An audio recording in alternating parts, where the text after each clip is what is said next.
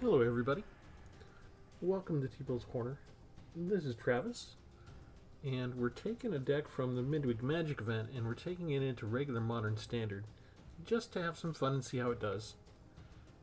The last challenge was an On the Edge challenge, and it sort of treated the environment as if rotation had happened, so you could only use cards to make your deck from the last 3 expansions.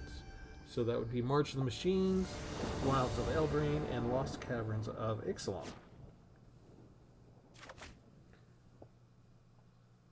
And I chose an angel theme, so I called it Angels on the Edge. And I did pretty well during the event with it. But I'm always curious, the event is one thing. What happens if you take it into a different environment where the others have no such compunctions or limitations? So we're kind of playing with one arm tied behind our back, right? Because whatever decks we come up against, they're going to be with all of the other existing expansions in Modern Standard that people can choose. And ours are not. But I just want to kind of get a sense of it did well so far. How does it stack up against a little bit better competition? Just in the sense of more widely variety of decks. I need to fix my mana.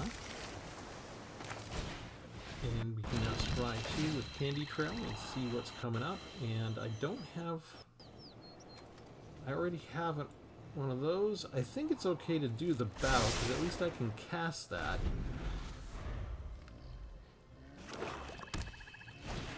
I do need 1 black one.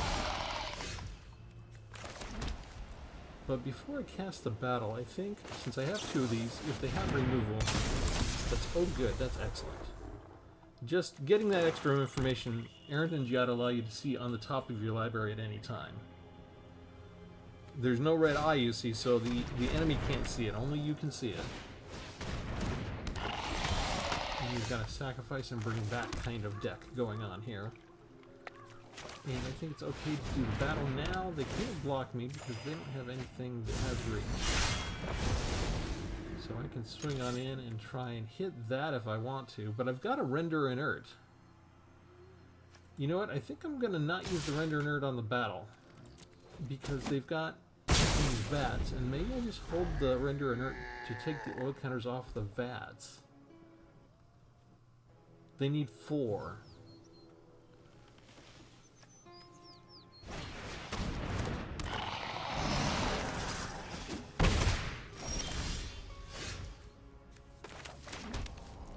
The land is fine.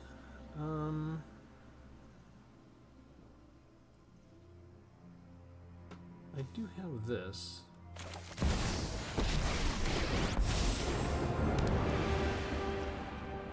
Follow my light! You've earned my blessing. Okay, I'm putting the Planeswalker in jeopardy, but I'm getting a 4/4 Angel. With Vigilance.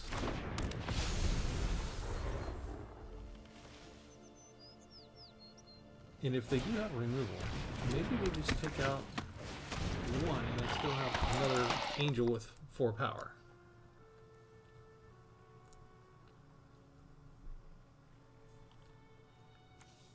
Let's see, whenever you sacrifice, that's the number of creatures with Defender. Do they have a sacrifice trigger yet? They don't appear to.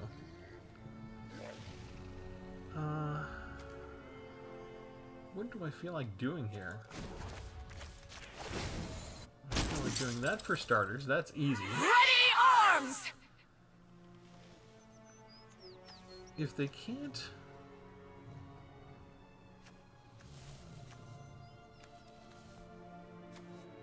This is the one they can pump up. I know it seems a little weird, but if the game drags out, the Evolved Sleeper is a potentially bigger problem.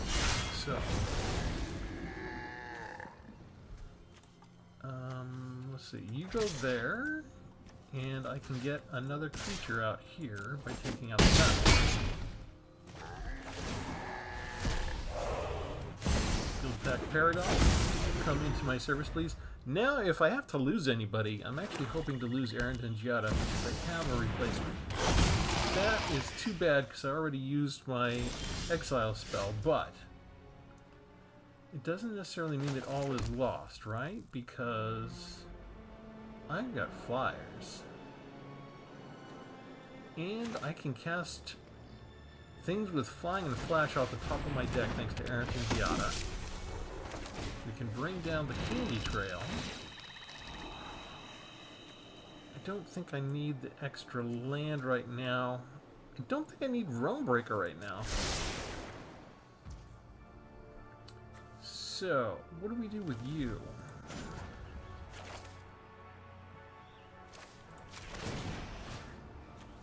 Let's make you an angel, because you have lifelink. Ascend! Bam, bam.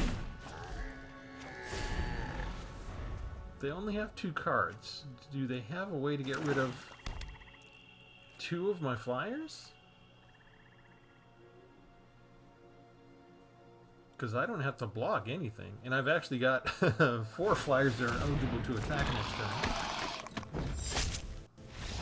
Yeah, okay, so you see kind of one of my tactics right now.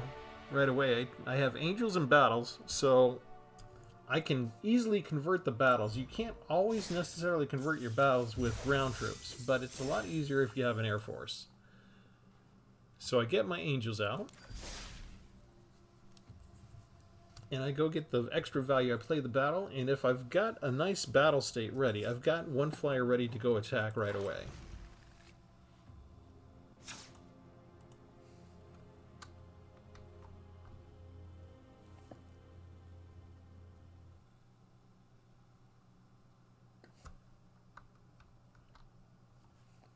Alright, time to show off the full deck. Thanks everybody for tuning in.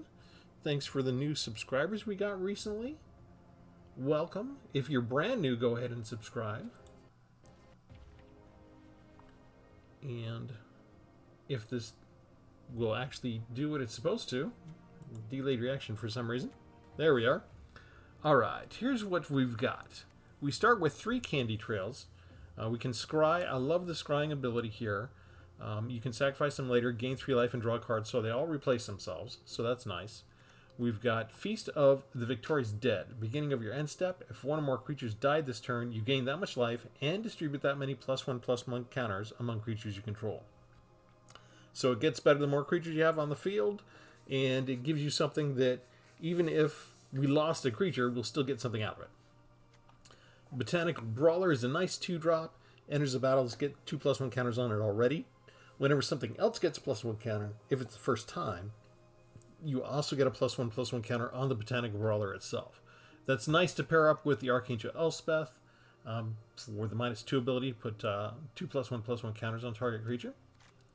We've got 1 Guardian of Girapur, gets into our Flying Angel theme here. 3/3, when it enters the battlefield, you can exile it to 1 other target creature or artifact you control. Then you just return it to the battlefield under its owner's control at the beginning of the next end step. It's not an immediate blink, right? It's an end of the turn. I don't know if there's a better way to phrase the difference between the two. There's a spell called Flicker, and then there's blinking. So, I mean, if I had to make a decision on which terminology to use, I would actually use Flicker for the instant flickers, where it blinks out and then it blinks back in again. And I'm reverting back to the blinking language even as I describe Flicker. But then I would probably say this is a blink kind of thing where it blinks out and then it blinks back in later. But anyway, the blink and flicker are usually used interchangeably. But anyway, we could actually do that to the candy trails and keep scrying. We have Invasion of Dominaria. Gain 4 life, draw a card, and it gives us a 4/4 flying with Vigilance Angel. I like having 4 copies of this. It gives me a nice bit of life gain throughout the match. And if I can convert, then it just further reinforces my ability to do the flying and hitting over their heads to get my battles converted, the other battles. We have Metropolis Reformer, Flying Vigilance, gives me hexproof. and whenever it's dealt damage itself, I gain that much life, so another way to gain life in the deck. 2 Seraphs of New Capenna. Flying can transform them into the Seraph of New Phyrexia you see to the right, and whenever it attacks you can sacrifice another creature or artifact. So this is a way that maybe if you don't need life, but you want to put on some finishing touches, if you have some candy trails out, you sacrifice the candy trails and get in that final couple of points of damage that you need to finish off the opponent overhead.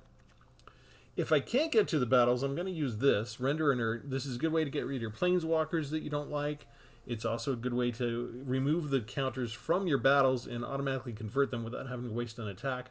Plus, yet another card that draws a card and replaces itself, so that's kind of nice. Errant Giada, 4 copies. Human Angel, 2/3 flying. You can flash it in on their turn. You can look at the top card of your library anytime, and you can cast spells with flash or flying from the top of your library. So it gives you access to 1 extra spell a turn. Possibly. If it's got flash or flying, that is. Otherwise, you're just getting the information. Realmbreaker Invasion Tree, you mill 3 cards from the opponent. If there's a land in there, you get to put a land card from the graveyard onto the battlefield, tapped under your control. So that's a nice little way to get to beef up your lands if you're behind it all. Sword of Once and Future, equipped creature gets +2/+2 and has protection from blue and black. And when you do combat damage to a player, you get to Surveil 2. You can cast an instant or sorcery spell with mana value 2 or less from your graveyard without paying its mana cost. We don't worry about that part. We're not big on instants and sorceries in this particular deck. We mentioned the Planeswalker. We've got Invasion of Xerix. Also gives us an angel. It's an Angel Knight. Plus we can bounce something from our opponent. It doesn't have to be our opponent. It could, if we want to save something of ours that maybe we think. But this is something that happens at the speed of a sorcery, not an instant. So you're usually using it on your opponent's creatures. But say they put, Clawing Torment on your creature and you can't block with it anymore, and it's costing you a life point every turn. Maybe you bounce it just to get rid of the harmful enchantment. 2 copies of Drana in Linvala. 3/4 Flying and Vigilance, Vampire Angel. Activated abilities of creatures your opponents control can't be activated. And they have the activated abilities of all creatures your opponents control. And you can spend mana as though it were mana of any color to activate those abilities. This comes in pretty nicely sometimes. It's hard to predict when it's actually going to be useful. But I have come up in playtesting against just a whole line of creatures on the battlefield that weren't too keen on attacking necessarily unless they had an advantage. But the only way they could get an advantage was by using their abilities. And I put down a Drana and Linvala, and all of them lost everything they had that made them special. And I could actually give Drana and Linvala a lifelink as well. And it was lovely. It was a total shutdown card kind of thing. Sigarda, Font of Blessings. Other permanents you control have Hexproof, another card where you can look at the top card of your library at any time, and you can cast angel spells and human spells from the top of your library.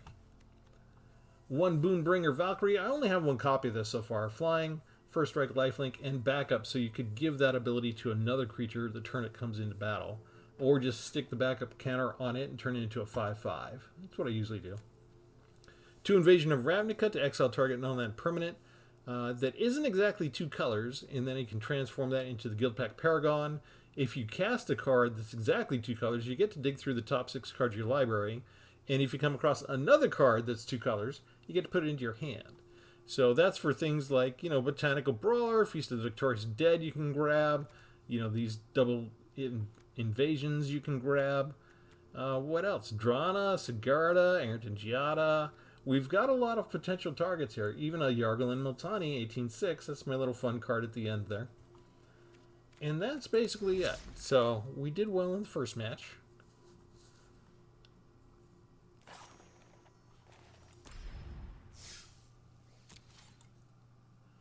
And this kind of goes to show you, this kind of fits in with the theme of what my channel's been since the very start, is when I first joined, I was sort of stuck for money, so I couldn't really afford to buy stuff. So I found Arena Online, I got back into Magic, I found that I could play for free.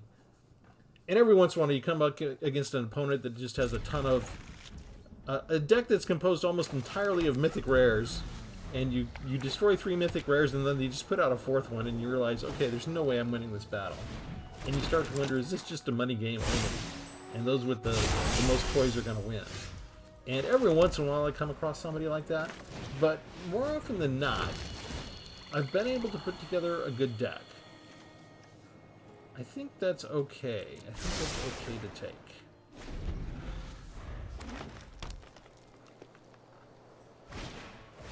And so I've learned that if there's a particular event that gives me a restriction, I'm still willing to trot it out into the main just to see how things go. And I think it's okay to put out the Reformer now.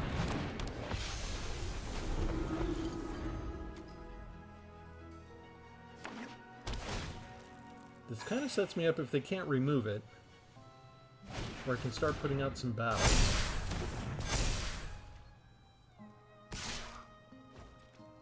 I'm not blocking that one.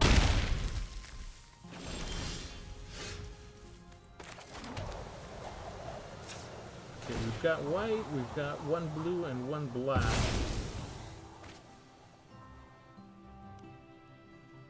So I guess I'll take the one lonely black one left, so I have a nice variety there. And let's go ahead and put down Invasion of Dominaria. We'll gain 4 life back. We can go ahead and attack it without worrying because we have Vigilance. I don't have a Render Inert, so I'm just going to go after the battles overhead.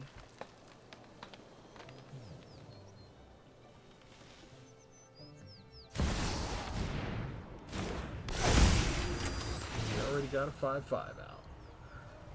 More counters. Gross.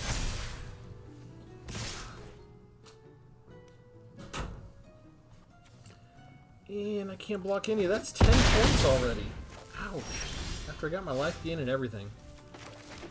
Alright. We're going to bounce this.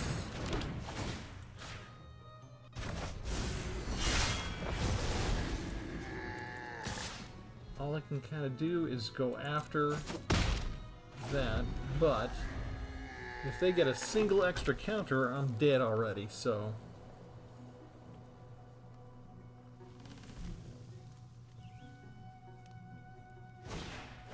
Just, yeah, able to build up way too much, way too fast with the counters, aren't they?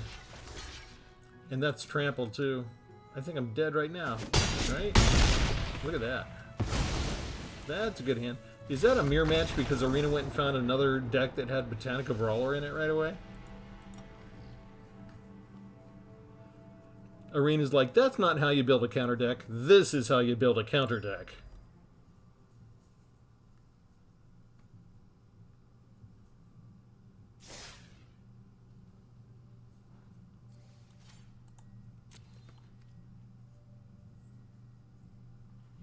Come on.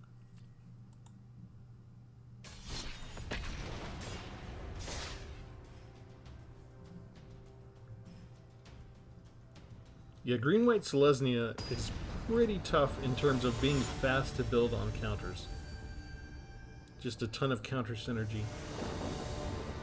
It seems unfair. They got the enchantment synergy and the counter synergy.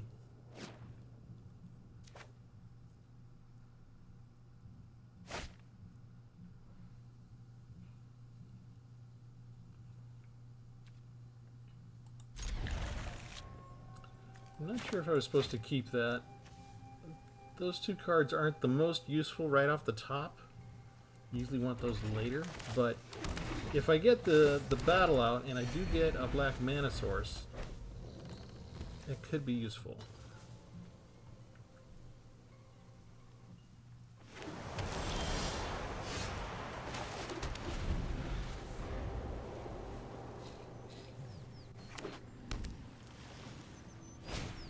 Another Botanical Brawler. I put one Botanical Brawler in my deck, and I'm never going to hear the end of it. And I'm not getting the right colors.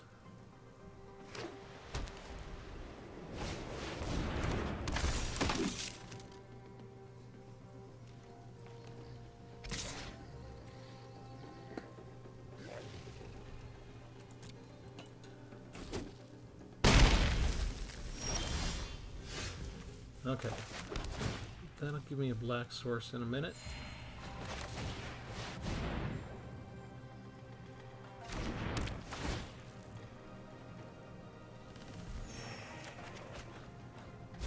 course, we already tried this a second ago, right? It didn't quite work out right.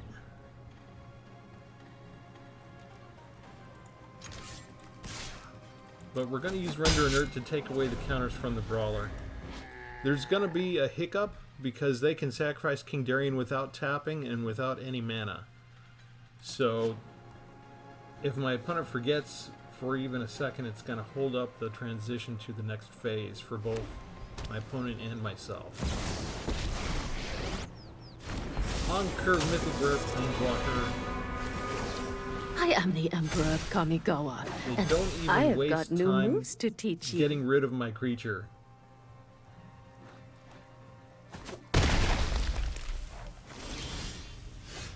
Are we supposed to feel offended? I don't want to do this. How do I want to do this?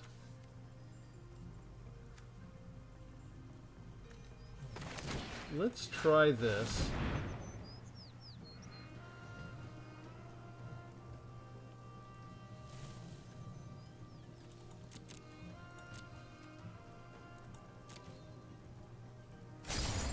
Put it back down to a 1/1. We got a card draw.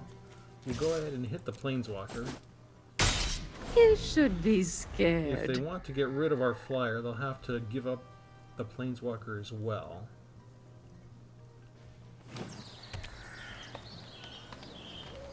We're not too low on life yet.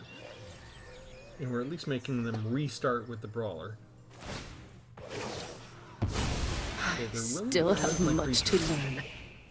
This is what you get for hurting my people.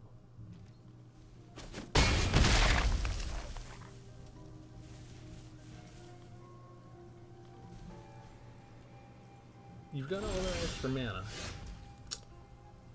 What are we going to do with things here? Well, let's see what else is coming up in our deck. Maybe that'll help tell us what we can afford to do. Ah!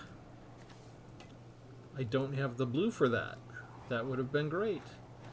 I guess I take the Planeswalker. We try again with Seraph. We can transform it next turn, actually, and turn it into a 3/3 if we feel like. In the meantime, if they get rid of it, just by killing it, we'll at least gain some life, right? We won't have any other creatures on the board to distribute things to.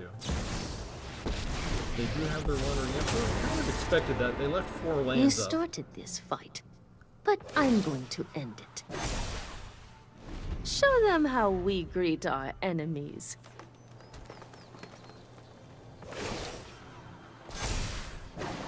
I have got new moves to teach you.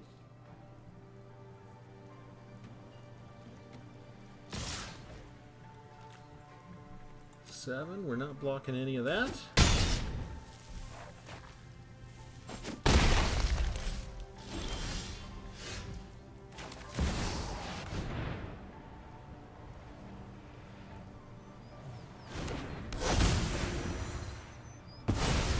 See you later.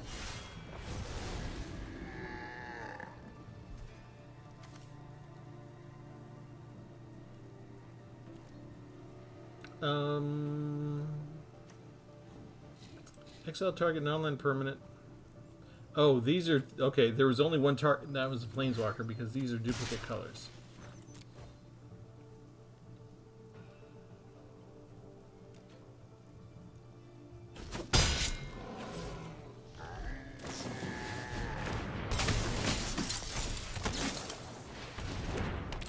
Ouch!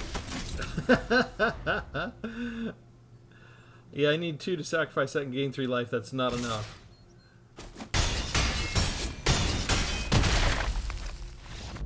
Was this another kind of mirror match because I have Flash in my deck and they have Flash in theirs along with Botanical Brawler?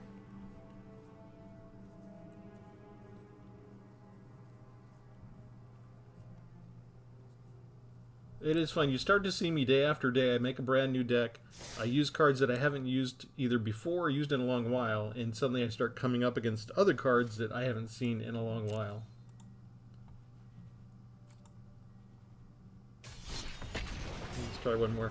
Our win-loss ratio is not good right now. So, not doing so well in the main environment as I did on the event environment. Let's get a little variety. Can we get something besides counters? I think we've established that my deck is not good against counters.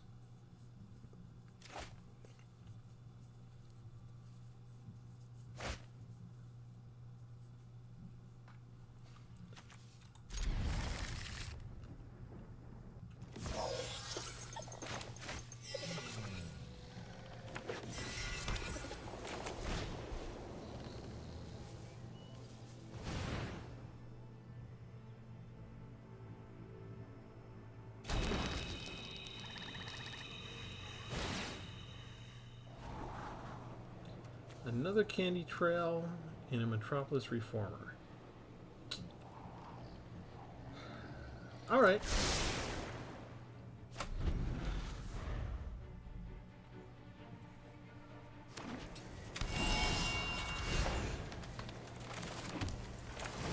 Scry 2 again. We know what the top one is. A Render Inert. Do I have a battle yet? Let me go ahead and toss that one just because I don't have any black mana.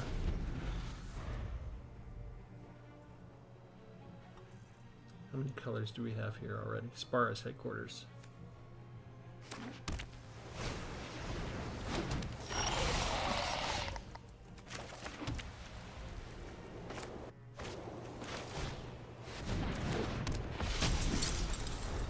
Seraph is kind of our canary in the coal mine.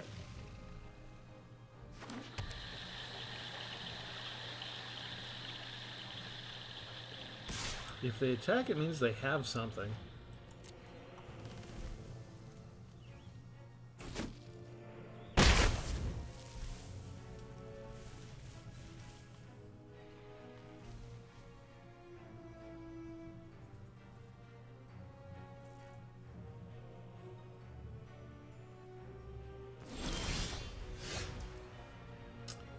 Alright.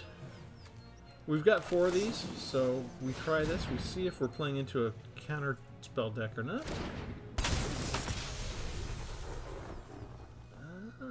Okay.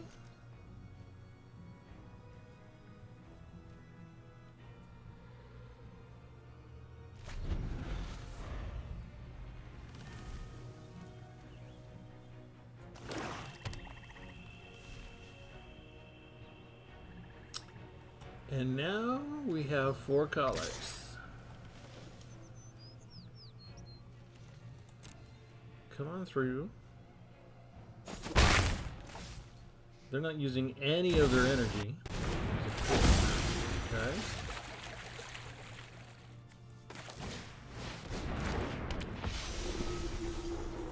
Okay, I feel a little better now.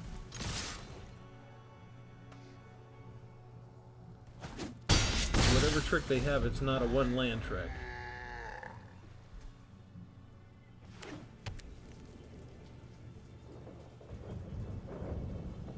They're not missing a land drop though.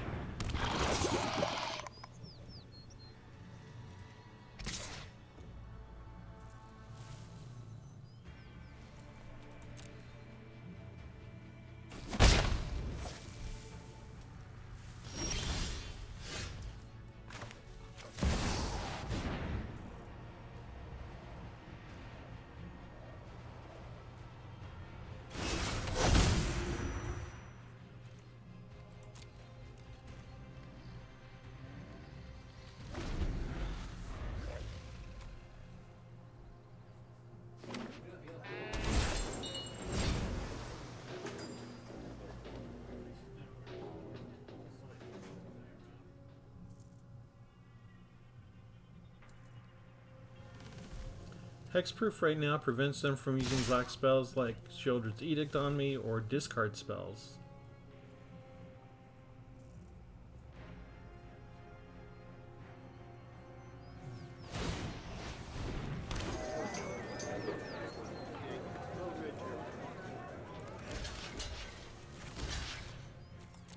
Alright, if they've got a tactic, let's see what it is now.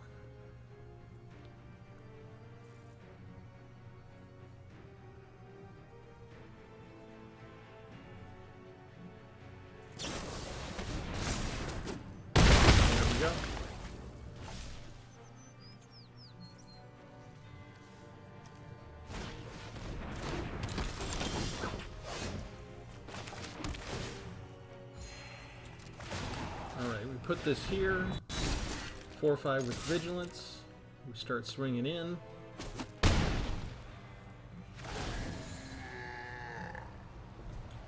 We surveil. I think I need the land. Yeah, let's take that stuff.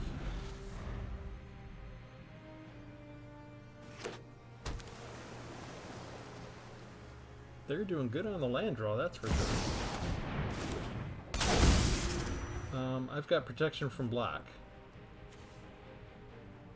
Target creature opponent controls gets -13/-13 until end of turn. I only have one creature, and it's protected.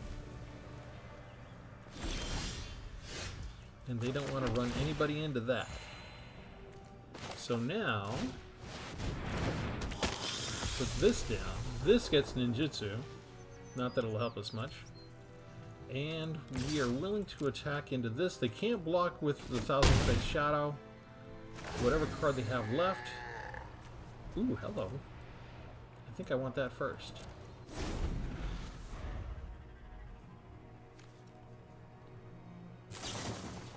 Hullbreaker Horror. Ouch.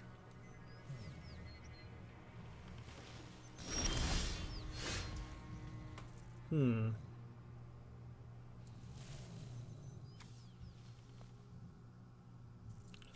Four, 5, 6.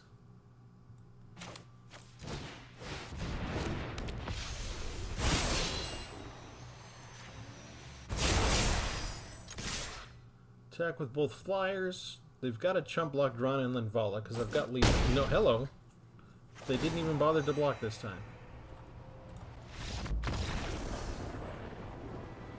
I was thinking they would still be able to, maybe if they cast a spell, maybe they could return the sword to my hand and suddenly Metropolis Reformer is vulnerable. We pulled that one out. When you see the horror come onto the field and they've got one card still in their hand, you do start to get a little nervous. Okay, we'll do one last one.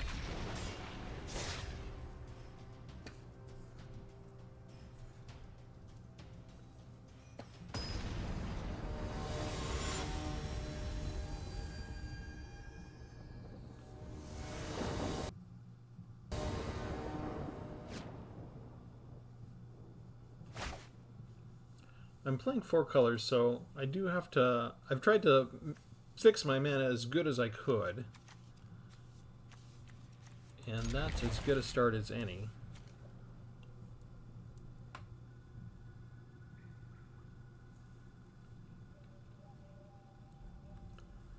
You don't necessarily need to show off your land that you can turn into a creature right off the bat. That kind of draws attention to it. If you've got another tap land you can put out first. It's possible, even though they might notice this later, they might still forget about it at some point. Especially if you go fast in your next turn. They go just to get a win.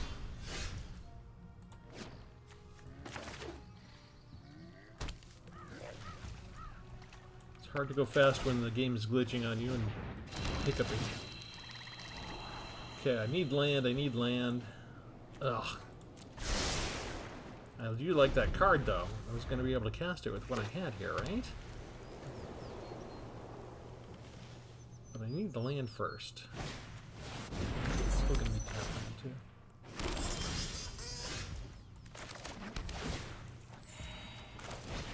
Alright, let's try one more time. Okay, I like those. I like them both. We'll take them.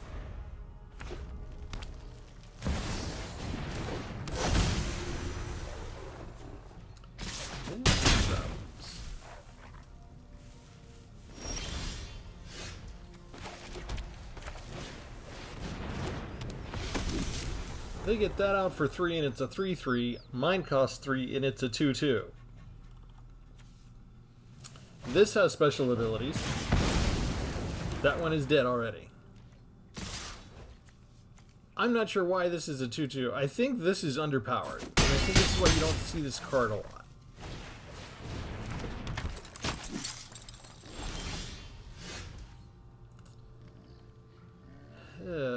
Nothing looks good anymore now. We'll do this. We might be in for the same thing. Looks like we're probably just waiting. They wouldn't do that without having actual dinosaurs, right? So there's probably dinosaurs in here later. We've got... This is a flying dinosaur. They are ready with the removal. That's usually enough. If you've got 4 creatures and 2 removal spells, so that to wipe the board of your opponent, they can even pay and tap whatever one defender I have.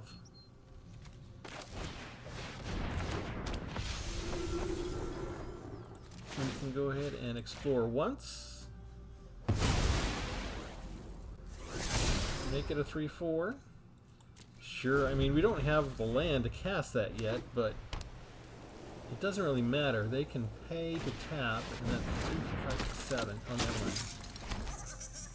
They're just going to smother me with all of that stuff.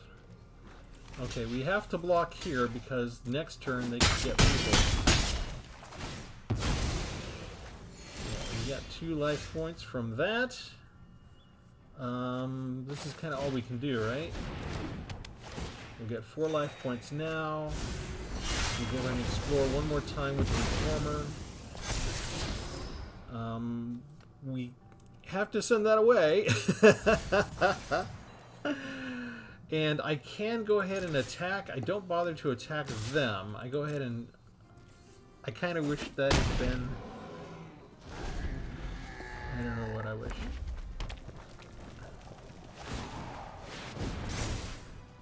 5/5 in lifelink. 5, 6, 7, 8. I can keep this alive that way.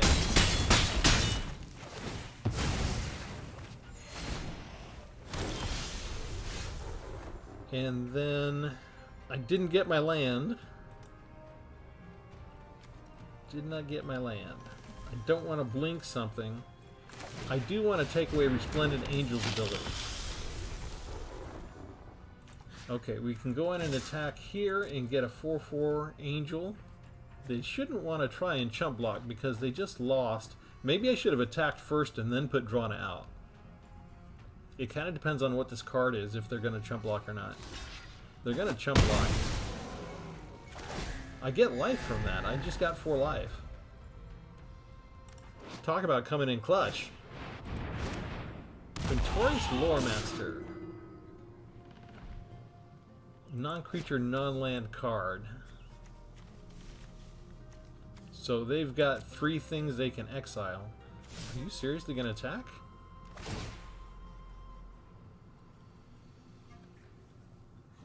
I think your time has passed.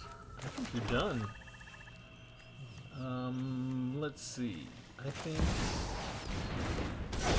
we exile the Lore Master. No, we can't, because he's exactly 2 colors. Okay, so we get rid of the flyer. We go after... Let's go after this. Actually, we're going after both of them. Air Force to the rescue. Yes. I will take both of those, please.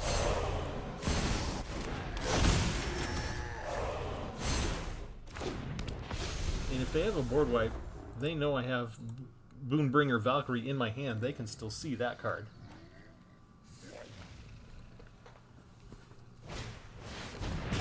Ouch! Rumbling Rockslide. That's a good card. Especially if you think your battle's going to last a long time.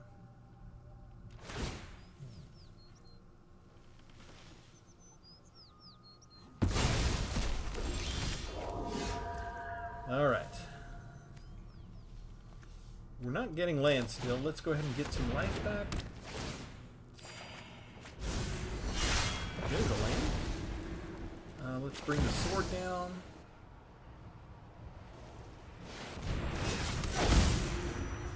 Let's go ahead and hit them overhead with both of those.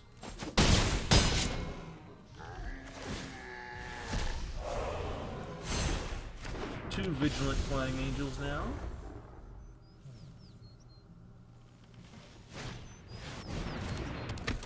we are back up. I feel good now. Let's see. I haven't gone up against Quintorius yet. 3/5 with Vigilance. Sacrifice a spirit, choose target card exiled. You can cast it without paying the cost. Why are they attacking?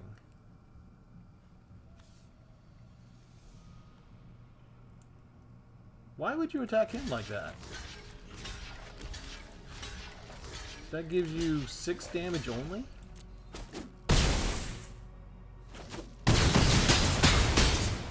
It could possibly have been worth it, wasn't it? 4 cards gone.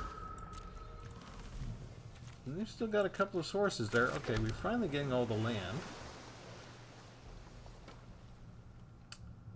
Let's see. I feel like this is fine. I feel like it's fine to keep that there. We have enough to equip one of these little puppies. And we can attack overhead. I'm going to throw caution to the wind here. 13 points of damage.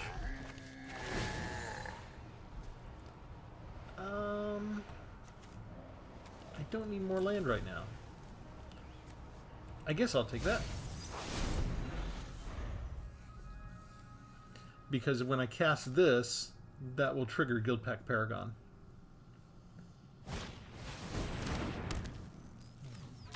He enchanted my creature. What are they doing?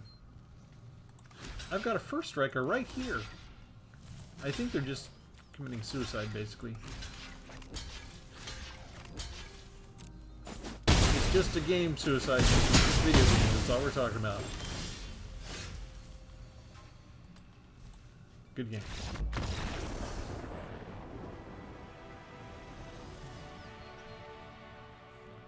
I don't know that they could have pulled that out, but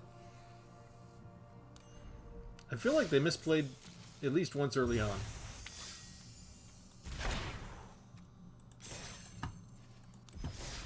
Anyway, I think we got a 50% win-loss record with this.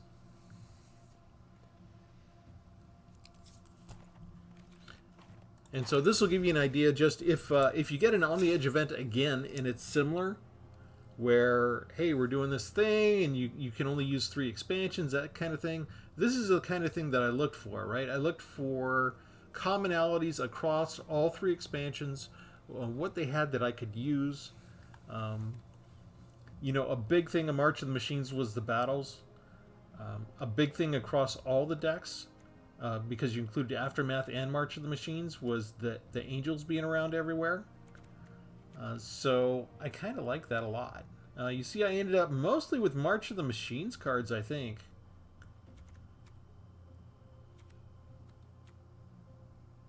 Yeah, even that includes the Aftermath. The Candy Trail was Eldraine. I'm just kind of looking around to see, did I even delve too much, or did I unconsciously just do a March of the Machines deck? I did. I tell you, I did look at other stuff. No, actually, maybe subconsciously, I don't know. I did mostly a March of the Machines deck. That's mostly what I did here. This is the only card that's not March of the Machines or March of the Machines Aftermath. I hadn't even inspected that before. Okay. Well, heck, even in the modern environment, you could just stick with one expansion. The cards are, you know, made to synergize and trip off of one another. So just a quick battle tactic for those of you, especially those that are new, that are wondering, you know, hey, what are some things besides the combos of the cards themselves? What are things you can do? One of the big things in the deck is, or in the game, is evasion. And here I did flying. I just overwhelmingly emphasized on the flying. And what did it help me do? Got the extra value from the battles. Because otherwise they might have been sitting there for a lot of the game. But in case I did run up against something to block or a heavy removal deck, I also had a backup plan with the 3 render inert so that I could still eke the value out by getting those battles converted over into the creatures. So that's the idea. Let me know what you think of the deck. Let me know if I should just keep it in the On the Edge type formats only, or if you don't mind, like I did, bringing it on into the regular environment, if it's good enough, or if you think something should change. And with that, Remember, as always, like and subscribe, and we'll see you next time. Thanks for tuning in, everybody. Have a good one.